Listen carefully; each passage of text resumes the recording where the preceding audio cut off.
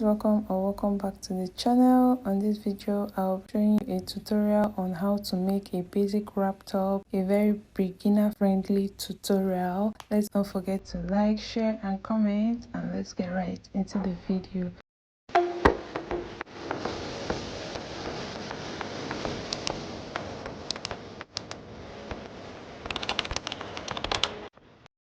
For this tutorial, I'll be using this African print Ankara fabric. First thing I'll be doing is to draft the back pattern to give us a guide on how to make the front pattern. So I folded my fabric into two, and the first thing I'll be doing for this back pattern is to mark out my neckline. I went in by 3 inches and came down by 1 inch. I don't really want it to be low. The next thing I'll be doing is take my shoulder measurement. My shoulder measurement divided by 2 is 8, and I'm going to be marking that point 8. On that point 8, I'll be coming down by 1 inch to serve as my shoulder slope. So I'm going to be drawing a line from the neckline to the shoulder slope. The next thing I'll be doing is to be taking my measurements. First, I'll be coming down by 7.5, which is my chest line. I'll be marking 0.9, which is my bust line, and I'll be marking 13, which is my under bust, and 16, which is my waistline. And being that this is a crop top, I'll just come down by to 18, and that is going to serve as my full length.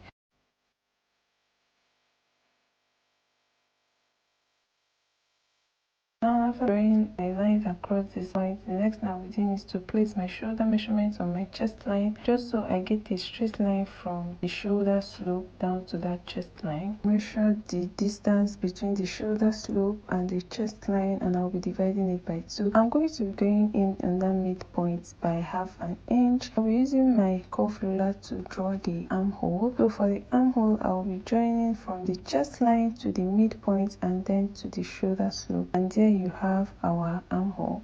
The next thing I'll be doing is to draft out the darts, and to draft out the darts, I'll be placing my nipple to nipple measurement divided by 2, which is 3.5, marking it out on the bust line, waistline, and on the under bust line. On the waistline, I will be going in by 1/2 inch, and I will be going out by 1/2 inch. I'm going to draw a slant line joining the waistline point of the dart to the bust point. I'm going to just extend the points on the waistline down to the full length. We have our dart. Next thing I'll be doing is to place my bust round measurement divided by 4. I'll be adding about 1.5 inch stitching allowance. On the under bust, I'll be placing my waist measurement divided by 4, replacing my dart, and I'll be adding my stitching allowance. On the waistline, I'm going to add my waistline divided by 4, replacing my dart, which is about 1 inch, and I'll be adding my stitching allowance, joining the external lines, and this is what we have. I'm going to cut out my back piece. Notched the dart point so I know exactly where to place my dart, and this is all for the back part. I'm going to be using this back piece to cut the front piece. So first of all, I'm going to fold my fabric into two, and I'm going to be cutting out just enough fabric to cut out front piece. Place my back piece on this piece of fabric that I'll be using to cut my front piece, and I'm going to just trace out the edges of the shaping side of the back piece on the front piece. So just watch what I'm doing. I went ahead to cut the shaping side, the armhole, and the shoulder of the back piece, tracing it out on the front piece, and this is what I have. Now I'm going to place the measurements for the overlapping parts of the top. So I'm going to be extending the waist point on the front pattern by 7, because my waist measurement is 28, and 28 divided by 4 is 7, coming out by 7. Next thing I'll be doing is to mark out where I want the overlapping to start. My overlapping point for this tutorial is going to be at 0.5 because we don't want to be showing too much bust. If you want more bust to show, you can come down to the chest line. You can even go as low as coming down to the bust line depending on where you want your line to overlap. Now I'm just going to simply fold in the back piece up to the shoulder point, and I'm going to be drawing a slant line from that point across to the waistline.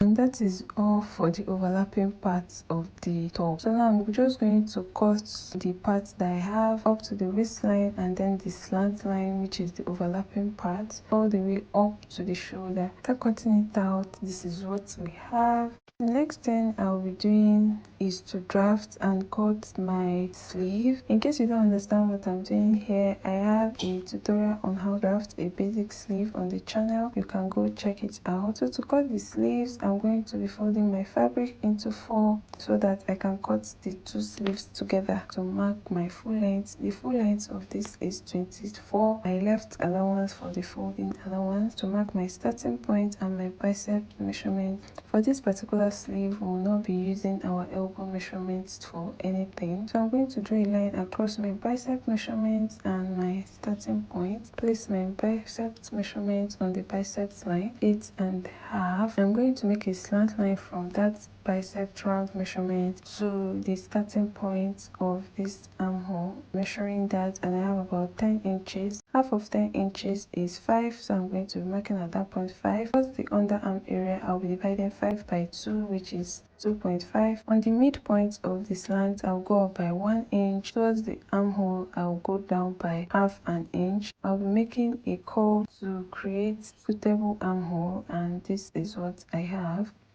I will not be cutting out from the full length because at the end of the day I'll be putting a rubber there so it will gather well and look fine.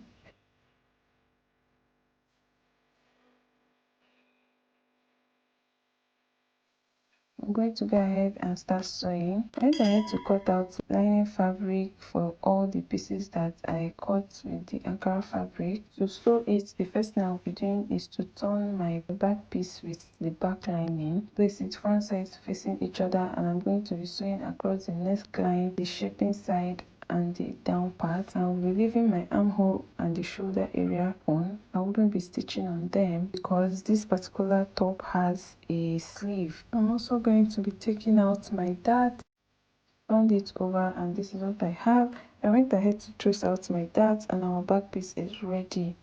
The next thing I'll be doing is to sew the front piece, which is the overlapping piece. I had to cut out straps that I'll be using for the overlapping part, and the first thing I'll do is to place the strap in between the fabric and the lining, front side facing each other. Just watch carefully what I'm doing.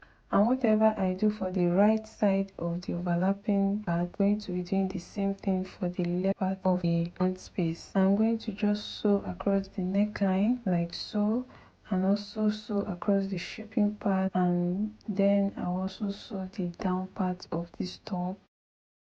After sewing and turning them over, this is what I have. I went ahead to top stitch my armhole area and my shoulder areas. I'll be placing my back piece and my front piece together, front side facing each other. So across the shoulders. After stitching across the shoulders, this is what I have. You can see that our top is coming together nice and smooth. The next thing I'll be doing is to attach the sleeves.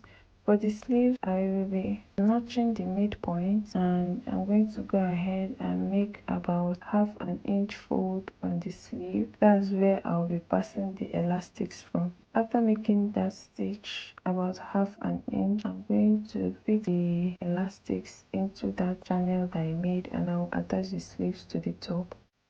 The sleeves are ready. The next thing is to attach the sleeves to the top. Place the sleeve on the top, right side facing each other.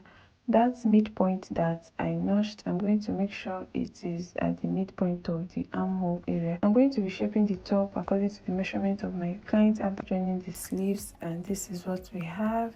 you can see that the top is open. I left this opening by the side so that the belt can pass over. I'm just going to make a top stitch around that area so that it lies down nice and smooth. I hope this tutorial helped you. If it helped you, don't forget to like, subscribe and share. You can also leave a comment in the comment section about anything that is confusing you, and I'll try my best to answer you. And I'll see you in my next video. Bye.